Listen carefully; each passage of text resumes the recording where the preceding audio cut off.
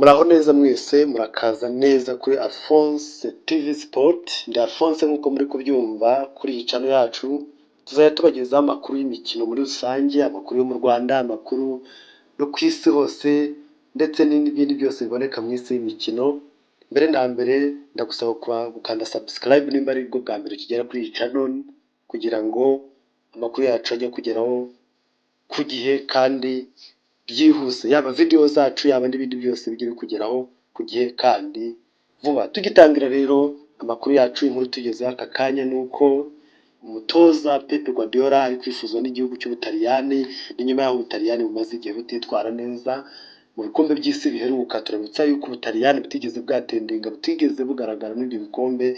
Rero bakabona Pep Guardiola ari ushobora kubagarura ku urwo ruhando nk'uko bahoze babikora mu minsi yashize. Igihugu cy'Ubutaliyani cyari igihugu gikomeye cyane, baragira ngo bagaruke rero muri top y'amakipe abikora cyane kandi atsinda nk'uko byahoze. Inkuru nshyashya yindi ni uko umukinnyi witwa Bradley Barcola ari kwifuzwa n'ikipe ya Arsenal.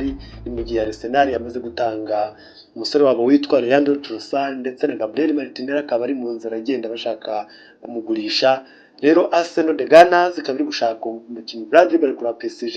Reka turebe niba bizakunda iyi deal izacamo, dore ko uriya mukinnyi atari kubona amahirwe yo gukina muri PSG, nta mwanya ari kubona, hari bagenzi be batari kumuha umwanya. Ese Arsenal izamubona? Pep Guardiola azanye mu Butaliyani? Reka tubihange amaso turebe.